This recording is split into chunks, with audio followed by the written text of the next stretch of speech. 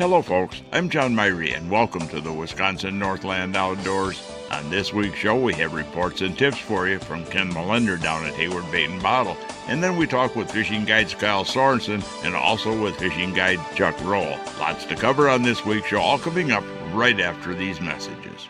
Find your perfect Can-Am ATV or side-by-side at Hayward Power Sports. The all-new 2023 Can-Am Outlander ATVs were redesigned with the rider in mind for unmatched fun and value. Hit the woods or trails with models starting at $5,999. Plus, for a limited time, take advantage of a $500 rebate or 2.99% financing on select models. Looking for a side-by-side? The Can-Am Defender is the perfect utility side-by-side that's extra tough on the worksite, the ranch, or wherever you need to get the job done. Feel the adrenaline surge in the high-performance Can-Am Maverick, or get the best of work and play with the ultimate crossover, the Can-Am Commander. Claim the side-by-sides that fit your needs today and enjoy financing as low as 1.99% for 36 months on select models. Make every hunt a success, every trail ride an excitement-filled adventure, and make light work of your heavy-duty jobs. All with a brand-new Can-Am off-road vehicle from Hayward Power Sports, just 10 minutes east of Hayward on Highway 77. Offer subject to credit approval. See dealer for details. Riding along in my automobile. Bumping into things unexpectedly? Make your first choice for collision repair. Ernie's Auto Body, featuring the most advanced collision repair facility in Northwest Wisconsin. With a state-of-the-art spray bake down draft paint booth for that better-than-new finish, laser technology for precision frame alignment, loaner cars available, computerized estimates, written guarantees, and documented unmatched customer service, the clear choice is Ernie's Auto Body, south of Hayward on Highway 63 and Nursery Road, where quality is no accident. Lynn's Custom Meats and Catering welcomes you to stop by for their great lunch menu. And while you're there, Lynn's also has a great selection of custom-cut meats and sausages, as well as many varieties of snack sticks, jerky, fresh cheese curds, and much more. Lynn's is open Mondays through Fridays from 9 to 5:30 and 9 to 4 on Saturdays. Lynn's Custom Meats and Catering in Hayward. Today, anglers fish longer. Today, anglers fish harder. Today, anglers rely more than ever on their electronics. It all comes down to catching more fish, and today, anglers rely on Amped Outdoors lithium batteries, period. Visit ampedoutdoors.com today to power your outdoor experience. We're recording this week's show down at Hayward Bait and Bottle, talking to Ken down here. And Ken, had you on the show. I haven't had you on the show here for a little while. It's been Jared on here. Yep. Anyway, as far as the ice fishing, we got lakes that have ice. We have lakes that don't have ice. Or they've all got a little bit of ice, but I mean fishable ice. Yeah. Boy, I'll tell you, Grindstone, Lac-Courte, Sand Lake, and some of them whitefish, those, you better be real careful on even going in the bays right now. You know, but we've got quite a few inches ice on a few places, right? Yeah, 0 to 7. So some of the smaller lakes, and even Nelson's got 7 inches in a lot of bays. And I've had reports that it's almost like first ice walleye fishing, too, because the walleyes are still up shallow in a lot of lakes. It is. A lot of reports, 4 to 12 feet. A lot of anglers, coming in, they're saying, okay, we can't catch no walleyes, but they move the tip up shallow in the weeds to catch northern, they're catching walleyes. Well, a little everything's up there, and that's because you still have green weeds up there, and and except the crappies. The crappies seem to be, that's a little bit slow from what I'm hearing, except on a couple places like the Chippewa Flowage and maybe Nelson. Well, this time of year, once you get that full moon and dark moon, the crappies will move out to the deep water basin regardless of the light penetration, and feed on that insect life that's coming out of the muck. And if you don't have a lake that's shallow enough for that deep water basin is actually shallow enough to get it froze up, you've got probably not enough ice out there. Yeah, you need to find a shallow bay that has muck in the bay that you can have access to on the deep water edge of the weed line, and that's probably your best bet. And guys are after the panfish out there, bluegills, they'll be around the weeds yet. There's some bass fishing out there. Actually, a few guys get some smallmouth in the wintertime through the ice for the first part of the winter anyhow, right? Yep, I've heard that. And there have been some 5-6 pound largemouth caught too, so, those are fun to catch too. And northern pike. We got a ton of northerns out there, and they're actually asking people to take some out, like in the Chippewa Flowage and that Tiger Cat chain and a couple other places. Well, they taste a lot better when the water's cold than they do, let's say, in late July, August. And So it takes a couple extra cuts to get them Y bones out.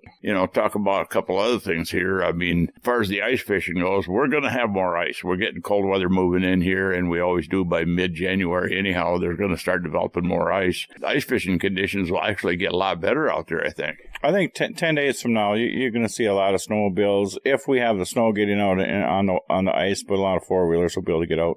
As far as the people getting out, if they're looking for, ice shacks, gear, everything else, you got most of that stuff down here? Yeah.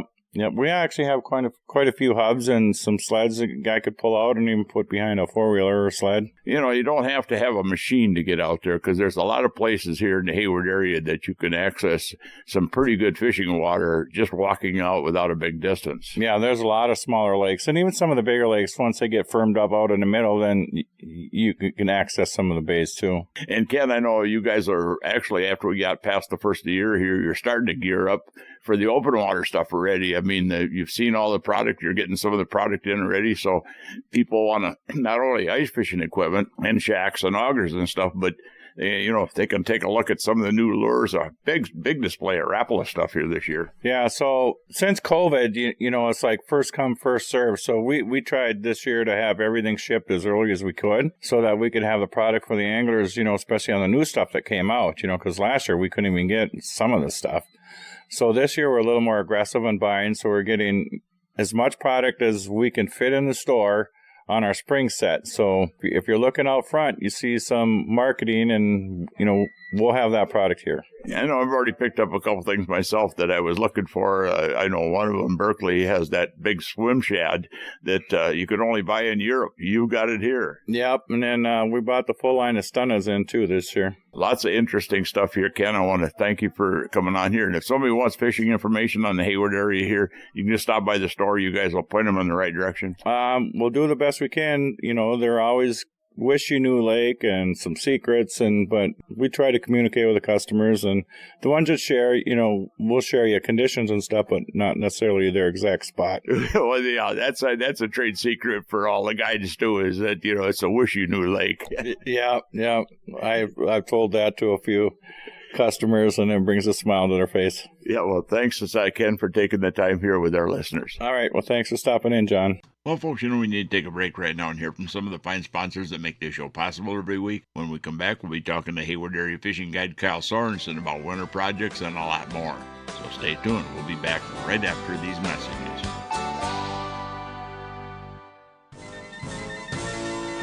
Hunters and anglers, Hayward Bait and Bottle is your one-stop sport and bottle shop in Hayward. They have a huge selection of ice fishing gear, including portable shelters, power augers, electronics, beaver dam tip-ups, ice rods, and just about anything you'll need for ice fishing.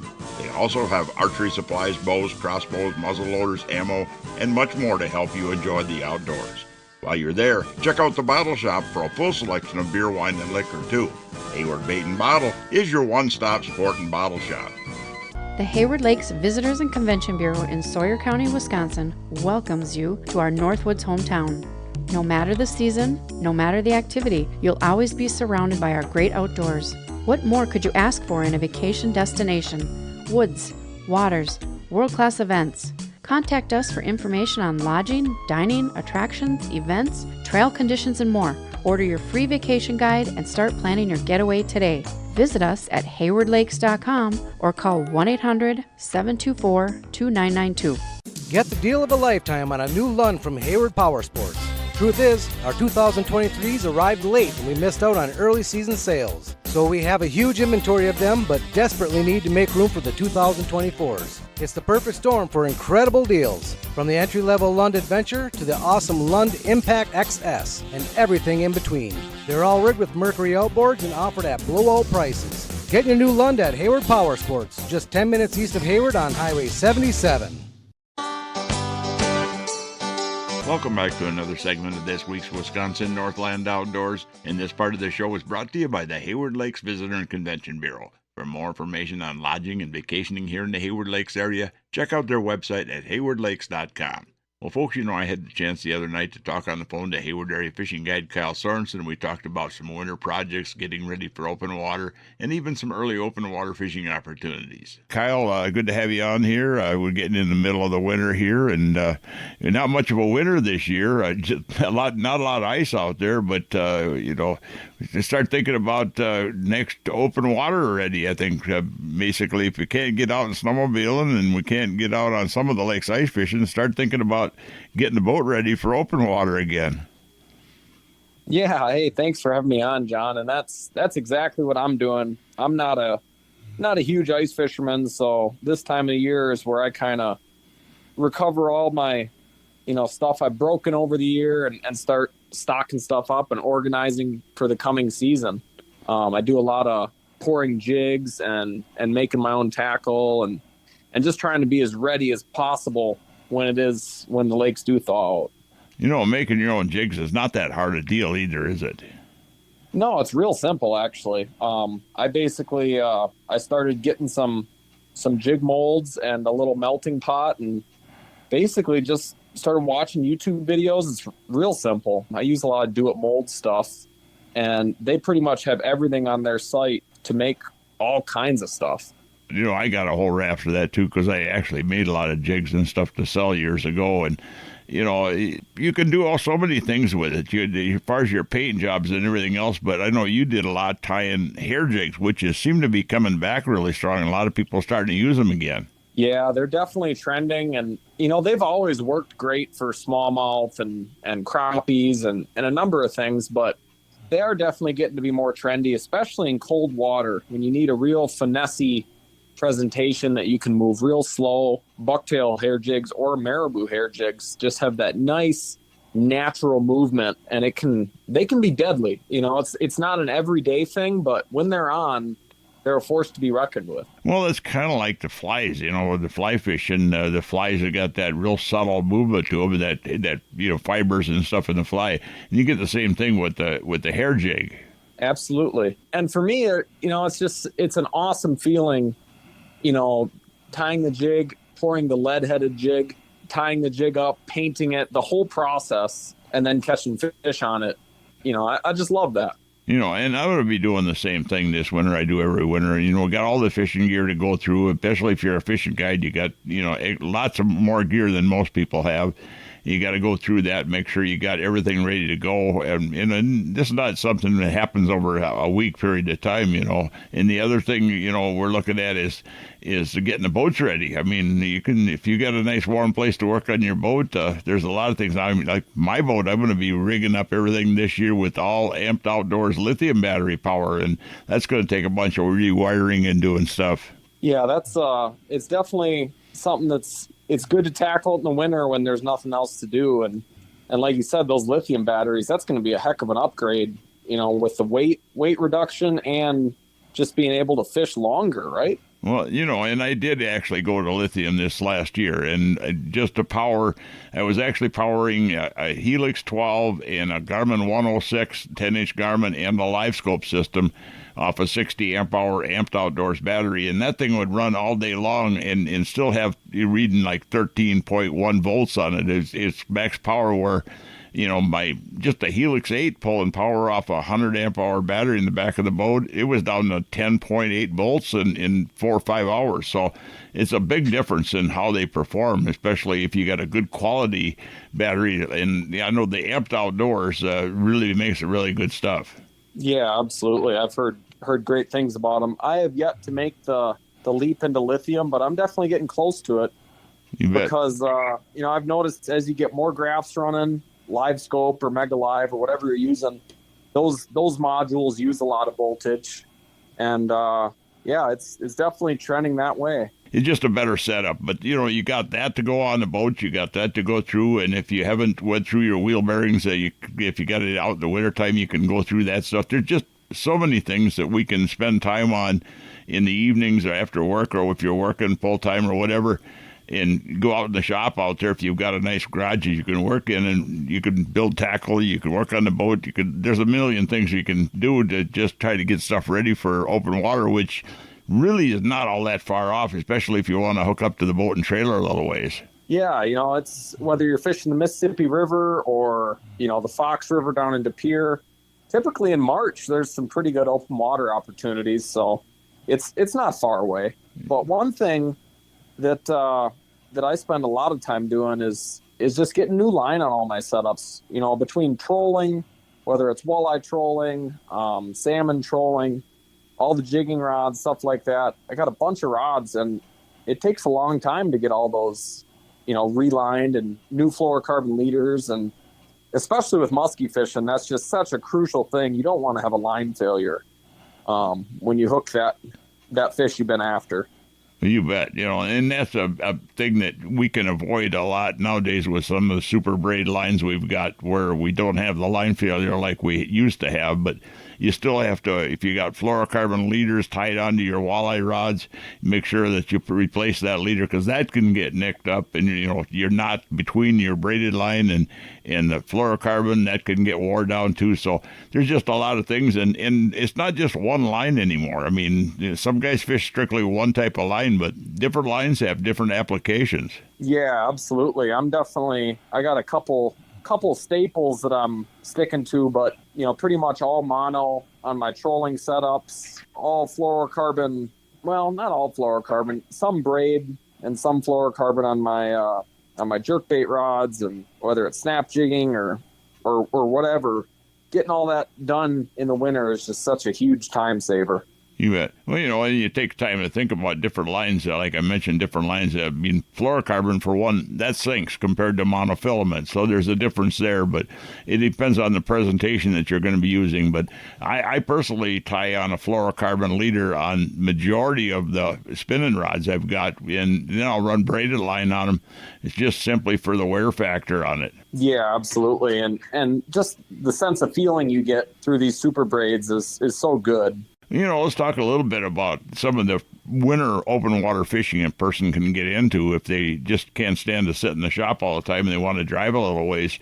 You mentioned the Mississippi River. I grew up down in southern Minnesota. Your dad did too. And that river is a fabulous fishery down there. And once we get into March, especially in March for sure, which is not that many weeks away now, there's some really good fishing down there in that river. And it's not that far to trailer down there. Nope. I would say 2.5 hours, you can get to some really good walleye fishing. And guys have been walleye fishing up until maybe a week ago down there in their boats. And I'm sure they'll be doing it again in maybe a month or two, whether it's the Alma Dam or the Red Wing Dam is a real popular one. But yeah, fishing blade baits and, like we were talking about, hair jigs are real popular early in the year. Some live bait fishing. There's just tons of opportunities. And sometimes it can get a little crowded down there, especially right below the lock and dams. Yeah, that's one thing that if the weather's warm and it's early in the year, there's a lot of guys that are going to want to get out there. But you can escape the crowds by doing a couple things. One, fishing at night, which I really like to do. And two, trying to fish during the week. Yeah, it also, look for other locations, too, because you've got wing dams and stuff just downstream from the locking dams, and there'll be fish on a lot of that stuff. They'd all move up to get to the dam. Right. No, that's absolutely true, especially earlier when people are first starting to get down there. Not all the fish are concentrated up by the dam. Use your electronics, check stuff up downstream.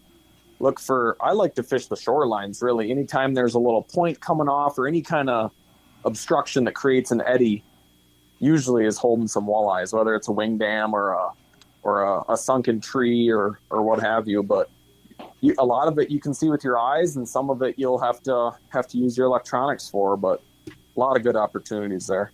Another thing I know you do a lot, and it's a little farther drive, but all along Lake Michigan, you've got some really good trout, salmon fishing, steelhead fishing and stuff as we get into the spring or the late part of the winter here too, right? Yeah, all the Lake Michigan tributaries are open year-round, all the way from basically Kenosha north up through, I don't know, maybe Manitowoc. There's all kinds of rivers that are worth fishing. I know the Milwaukee is real popular. The river in Racine is real popular. They get great runs of steelhead, brown trout. There may even still be a few cohos swimming around from this fall's run. But the big thing I would say is the steelhead coming in, and that's it really is a blast. You know, and you spent a lot of time down there doing that, so you've gotten pretty darn good at it from some of the pictures I see you post online from it. You know, and it's something you can actually go, like you'd mentioned, going online and going to YouTube, and you can pick up a lot of information on what to do and how to do it on that. Yeah, absolutely. You can pretty quickly learn how to do it looking online, or, you know, even if you get down there, talk to other anglers and be friendly with people. And most people are willing to open up about what's been working, whether it's a color or a size of spawn sack, or, you know, maybe spinners are working, or spoons. And there's a lot of friendly people out there that are willing to help. But I would say a great starting point is just a medium light spinning rod with a fluorocarbon leader, maybe 15-pound braid, and a number 4 spinner. It's casting that spinner across current, facing downstream and swinging it across, trying to get it nice and down deep.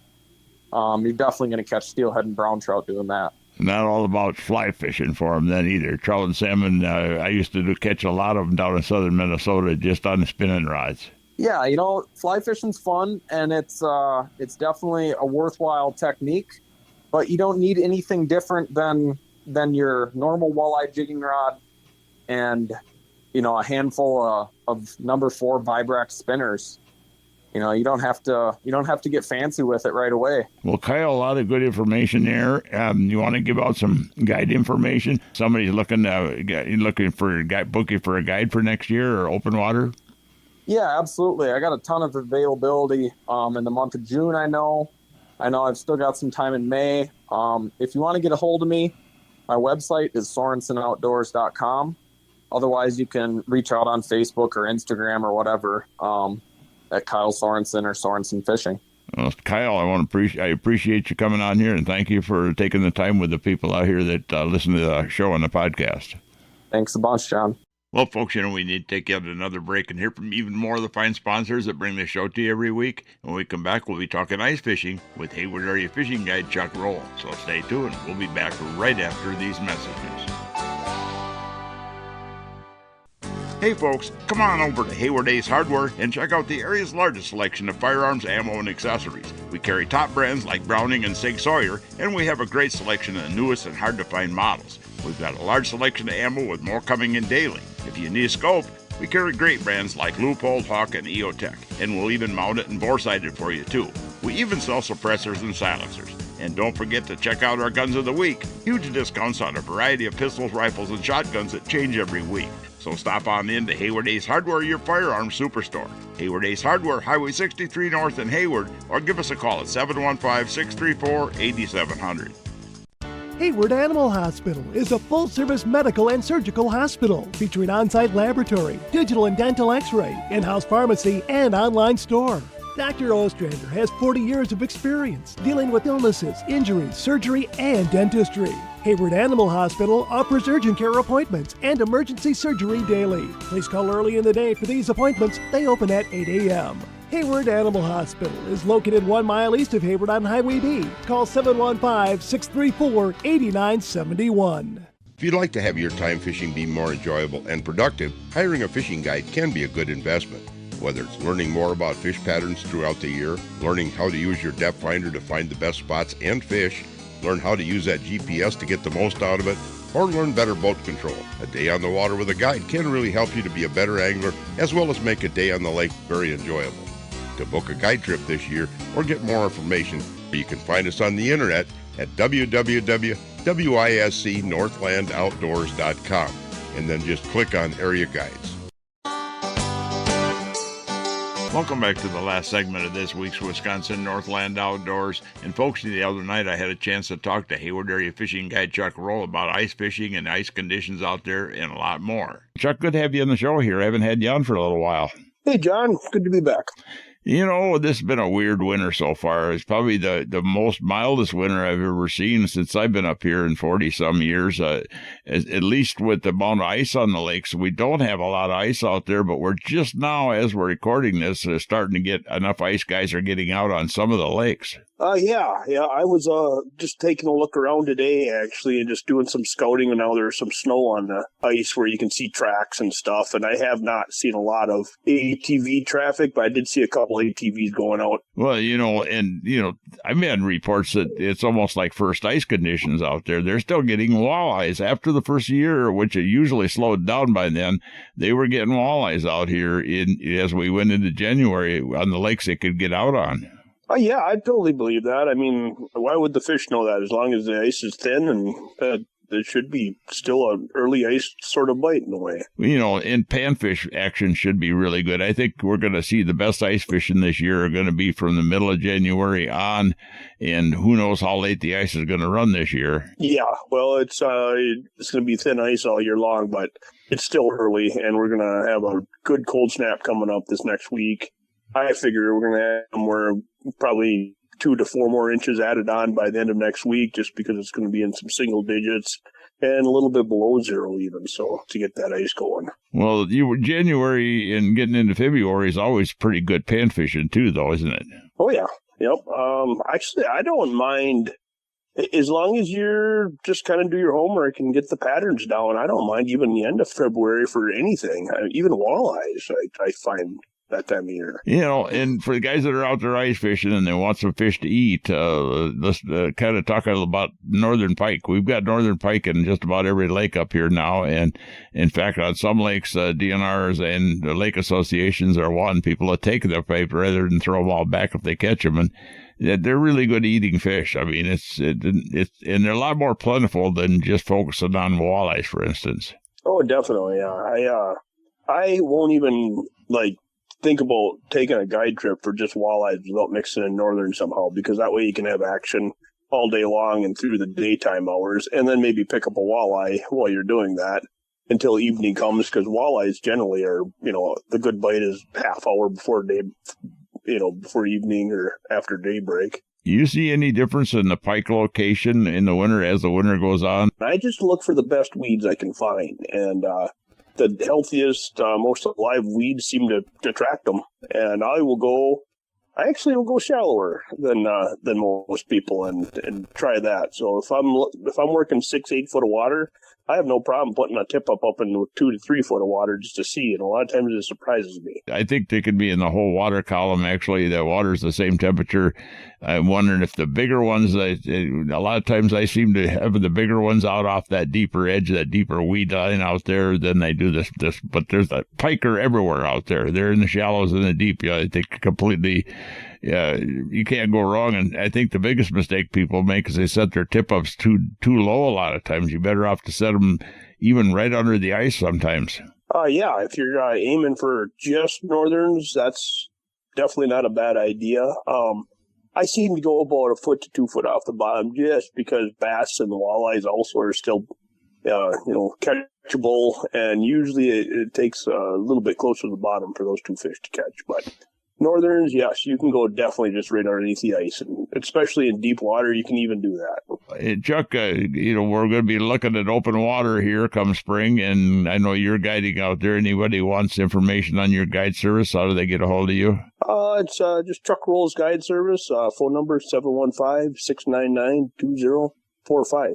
Well, Chuck, I want to thank you for taking the time with our listeners out here and interesting information. It's just a winter that's the non-winter, I guess we could call that so far. Yeah, there's some positives about it. We're not getting the ice that we want fast, but also the deer and everything's actually getting a break from the harsh winter we had last year. So we're still bouncing back a lot of things that happened last year that we need to, just build it back up. Well, that last winter was terribly hard on the critters out there, I think. Yeah, I even found lakes that don't have fish in them any longer, and I think that winter kill probably happened, and that's just going to be, those lakes are just going to have to rebuild themselves. They will, but it'll take a little while. Well, thanks again, Chuck, for taking the time here. Yep, you betcha, John. We'll talk to you later. Well, folks, we're about out of time for this week's show. I'd like to remind everyone out there that if you miss a show, go to our website at wnoradio.com. And from there, you can link to our podcast site, and the show is also on Spotify and Google Podcasts every week. And also, if you're looking for information on vacationing and lodging here in the Hayward Lakes area, check out the Hayward Lakes Visitor and Convention Bureau website at haywardlakes.com. Thanks for listening, folks. We're out of time, and we'll be back again next week with another interesting show for you. Listen with me, I'm gonna take you there to our Wisconsin outdoors, our Wisconsin outdoors. This program has been produced and hosted entirely by Wisconsin Northland Outdoor Communications. Any and all views expressed are not necessarily those of the station.